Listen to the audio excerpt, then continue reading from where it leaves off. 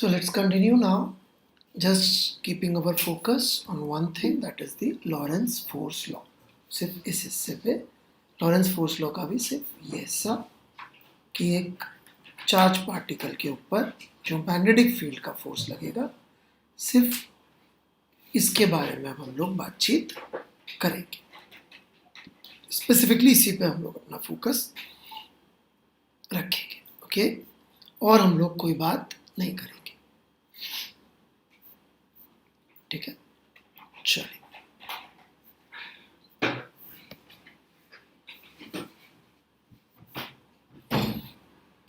so here we begin.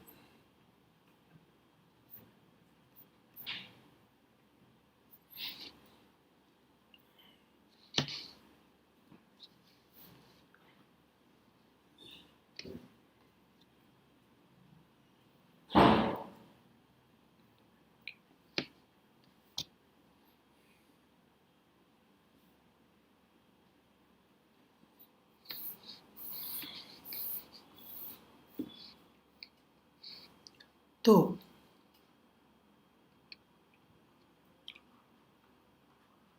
एक एक करके हम सिचुएशंस लेते हैं सिर्फ मैग्नेटिक फील्ड के फोर्स को समझने के लिए, ठीक है।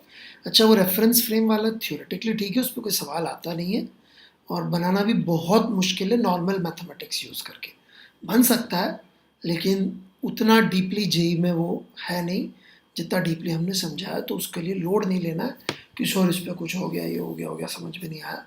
उस पर सवाल थ्योरेटिकली बन सकता है। उसकी जो मैथमेटिकल पार्ट है वो एक्चुअल में मैं इसलिए कर रहा हूँ क्योंकि उसका जो मैथमेटिकल पार्ट है मैंने पढ़ा हुआ है। वो फर्स्ट ईयर इंजीनियरिंग में पढ़ाते हैं, वो भी 2 महीने मैथ्स पढ़ाने के बाद। फिजिक्स का टीचर 2 महीने मैथ्स पढ़ाता है और फिर 4 चैप्टर और पढ़ाता है, फिर जाके वो इंजीनियरिंग में आता है जहाँ पे ये फोर्स का ट्रांसफॉर्मेशन सिखाते हैं।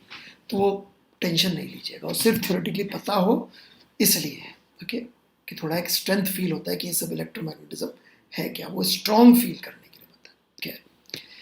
तो इसमें अपन एक एक करके सिचुएशंस ले लेते हैं विच वी में फेस। जैसे कि सबसे पहली सिचुएशन, सबसे आसान, एक चार्ज पार्टिकल है Q which is at rest, और ये अपन ने मैग्नेटिक फील्ड लगा दिया, राइट। तो इसका आंसर क्या आएगा? 0 फोर्स।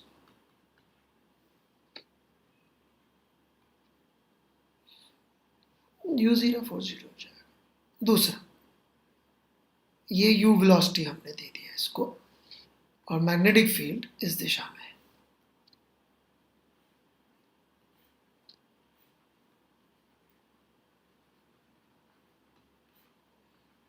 तो फोर्स कितना आएगा?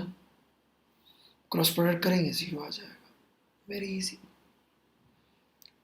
तीसरा केस, राइट, या सिचुएशन, ये सबसे ज़्यादा पॉपुलर है, इस पर सबसे ज़्यादा सवाल बनते हैं, इस पर सबसे ज़्यादा चीज़ें आती हैं, तो इसको हमको थोड़ा डिटेल में सीखना पड़ेगा। If initial velocity vector is perpendicular to magnetic field,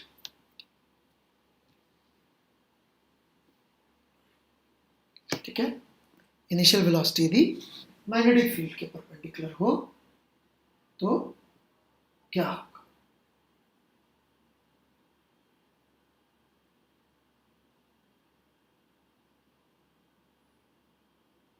ठीक है,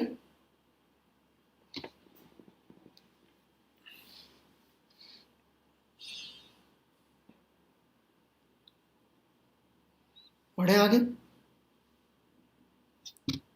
तो सबसे पहले तो मैं आपको एक तो फोर्स निकालना सिखा देता हूँ, कैसे फोर्स निकालेंगे, ठीक है। तरीका बड़ा सिंपल है। देखिए, ये हाथ है हमारा, राइट, सीधा हाथ।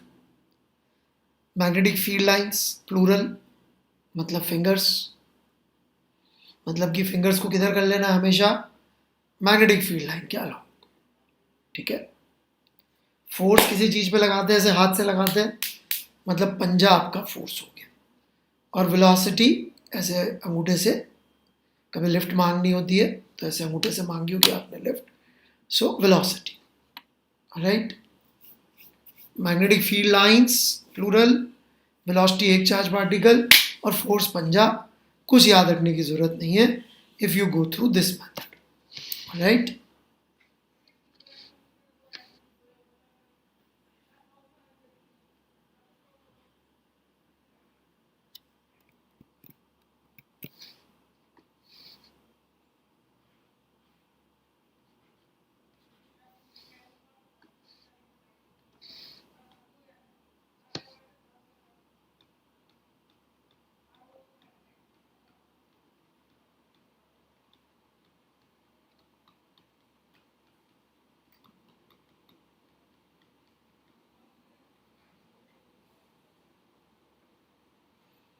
तो ये मैग्नेटिक फील्ड है लाइक दिस, ठीक है। तो आप देख सकते हैं फील्ड लाइंस बाहर आ रही हैं, फील्ड लाइंस बाहर आ रही हैं और वेलोसिटी ऊपर है, तो पंजे की डायरेक्शन हो गई फोर्स की डायरेक्शन।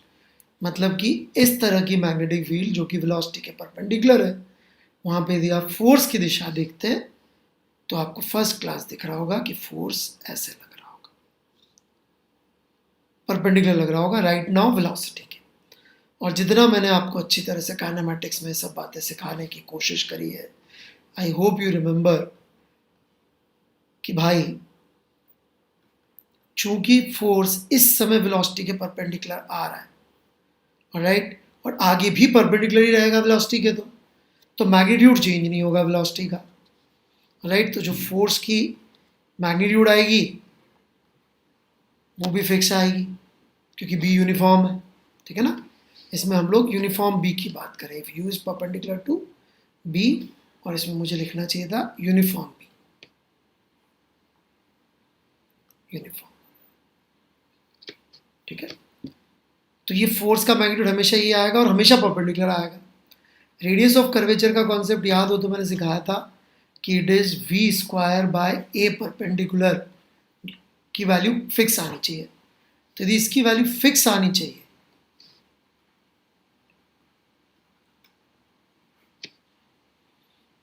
तो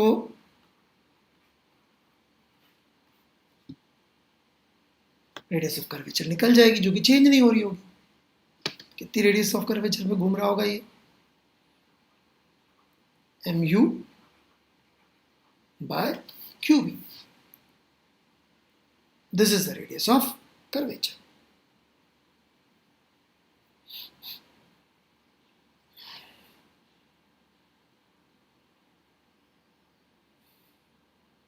इस रेडियस ऑफ कर्वेचर के सर्कल पे ये जाएगा, राइट।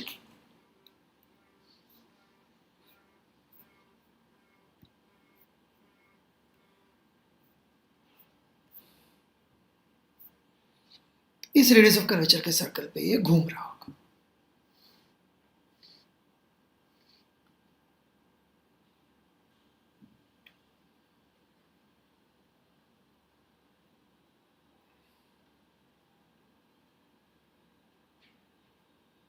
ठीक है कि नहीं।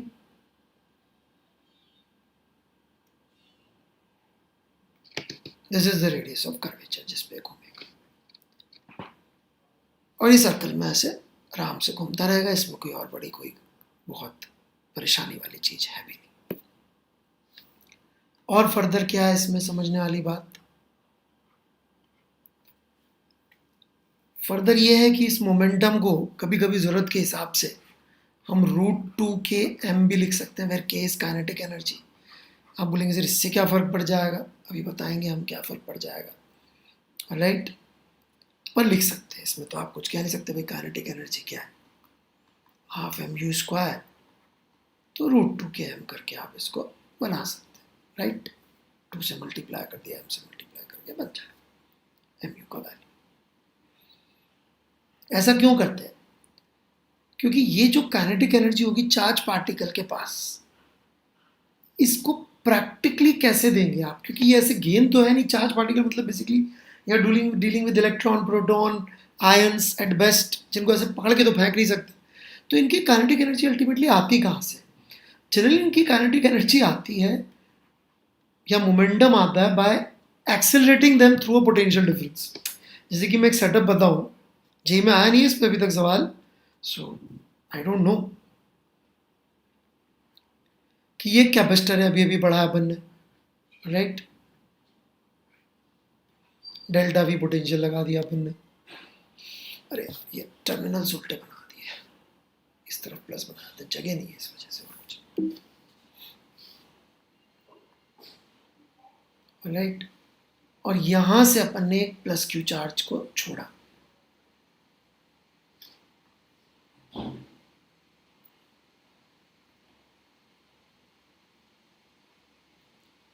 तो इस पे एक फोर्स लगेगा इस तरफ, और लेट से अपन ने सामने एक छोटा सा होल कर रखा, ओके।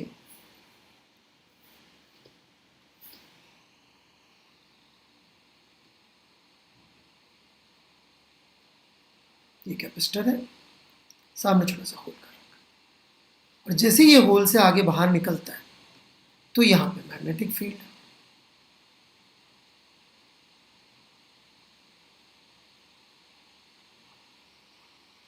तो यहां पे जब ये एंटर होगा, राइट, चार्ज पार्टिकल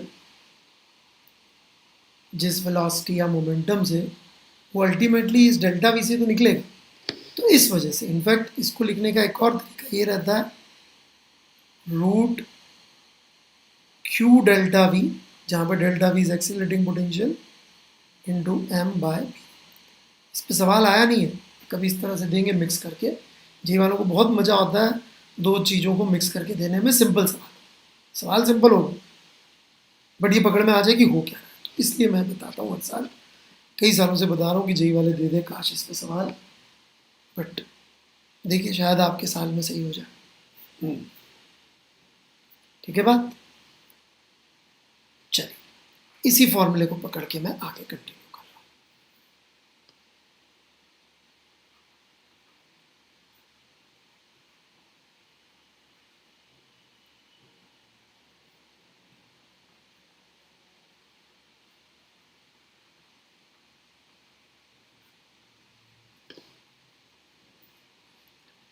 तो angular velocity would be u by r which will be q B by m, और इसको हम चाहे तो टाइम पीरियड से भी निकाल सकते हैं, that is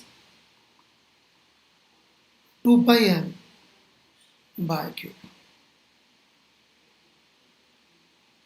this is time period.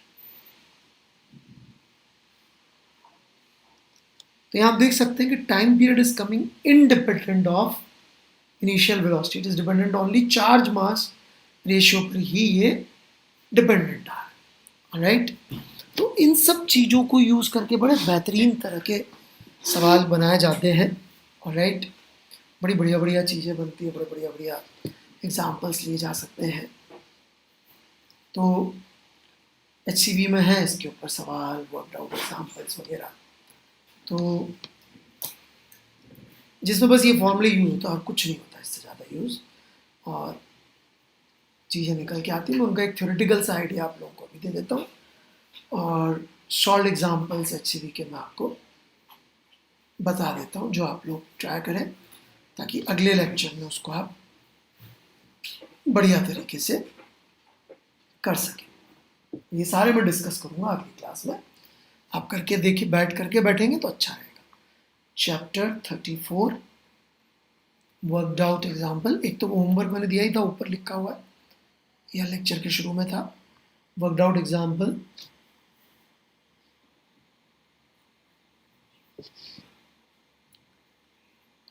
4 to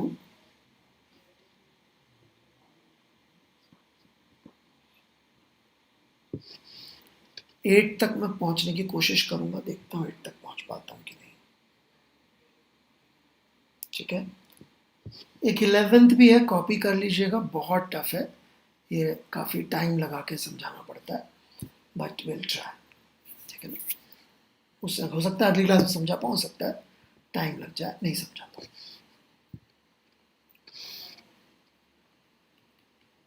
और एक्सरसाइज में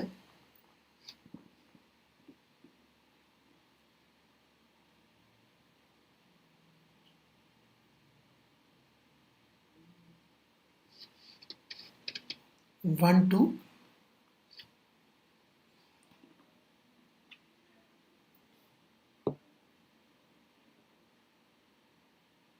6।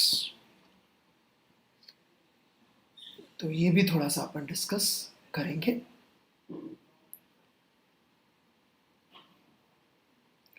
फिर भी मैं थोड़ा सा आपको एक बेसिक साइड देता हूँ, जो टफ वाले सवाल हैं। ऑलराइट, मैं जिस टाइप के सवाल और कर रहा हूँ वो बता रहा हूँ, ये करने नहीं है। I will be taking few of these questions. आप कर ले तो बहुत अच्छी बात है, ना कर पाए तो कोई इशू नहीं। 32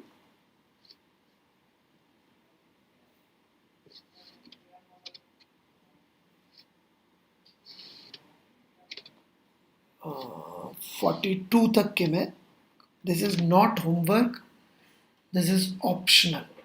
आप चाहें तो इनको ट्राई कर सकते हैं, क्योंकि इनमें किस तरह की बातें हो रही है मैं आपको बता देता हूँ। ओके, नॉन न्यूमेरिकली बता रहा हूँ कि भाई ऐसे बता रखा है, इस रीजन में मैग्नेटिक फील्ड है साहब।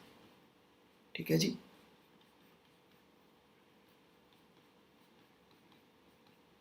नीचे तक है, ठीक है। अब एक चार्ज पार्टिकल एंटर होता है जी इधर से।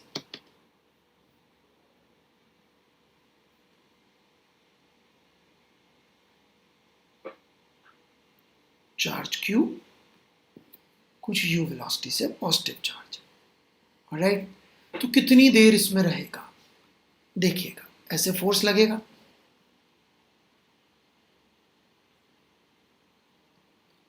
ऐसे फोर्स लगेगा तो यहां सेंटर आएगा, यहां सेंटर आएगा। तो आपको थोड़ी सी ज्योमेट्री यूज करनी पड़ेगी ये निकालने के लिए। जब निकलेगा तब भी परपेंडिकुलर ही होगा यहां से,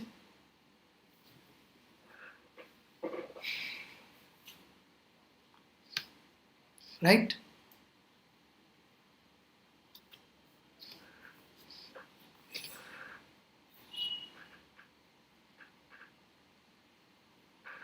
तो ये हो गया आपका एंगल 90, वो निकाल लेना।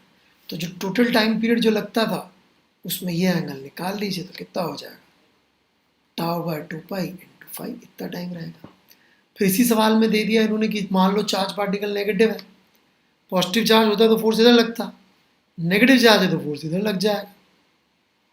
इधर लग जाएगा तो सेंटर यहाँ होगा, सेंटर यहाँ होगा तो ऐसे घूम के निकलेगा।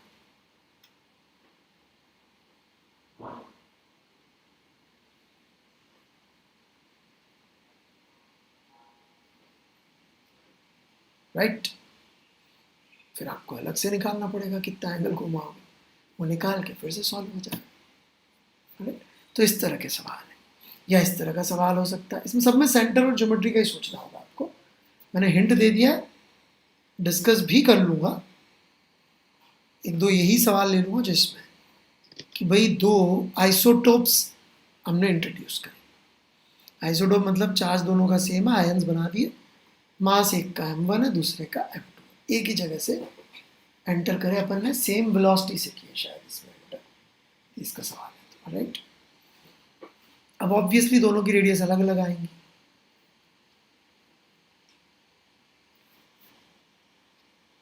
ये इसका सेंटर आ गया C1, तो ये C1 रेडियस के सर्कल में घूम गया।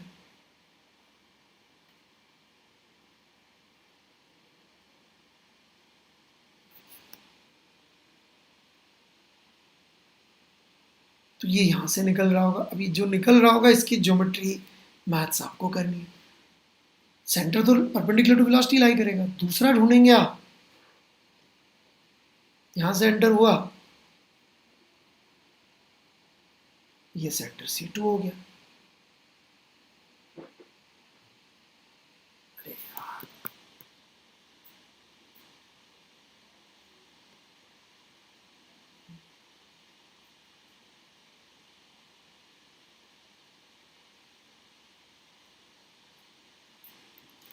यार एक बार नहीं ज्योमेट्री मुझसे, I am so sorry. Angle actually जो होगा, चलिए पहले मैं ऐसा करता हूँ, ये एंगल का फॉर्मूला निकाल देता हूँ तो समझ में चलता जाएगा आपको भी मुझको। ये दूरी यदि d है, राइट, और ये डिस्टेंस r है, तो आप देख सकते हैं कि sine theta would be equal to d by r, right. तो यदि रेडियस बढ़ती जाएगी तो थीटा बड़ा होता जाएगा, वो और ज़्यादा एंगल घूम के बाहर निकलेगा, राइट। तो यही मैं बनाने की कोशिश कर रहा था, पर वो शायद थोड़ा सा इस पर पेन इतना अच्छी तरह से नहीं चल पाता है, राइट। तो दोनों अलग अलग जगह से बाहर निकलेंगे, मुद्दा ही। तो इन सब चीज़ों पे बेस्ड क्वेश्चन। फोर्स देख लिया आपने, ऐसे मैग्नेटिक फील्ड अंदर की तरफ है, राइट। फोर्स देख लिया आपने, वो फोर्स ऐसे घुमाता गया, तो पूरे सर्कल पे सवाल कम मिलेंगे पर मिलेंगे। और एक और चीज़ है जो आपको पढ़नी है, ये एनसीईआरटी में ढूंढिएगा, साइक्लोट्रॉन, ठीक है, साइक्लोट्रॉन। तो ये सब आप पढ़ के आइए।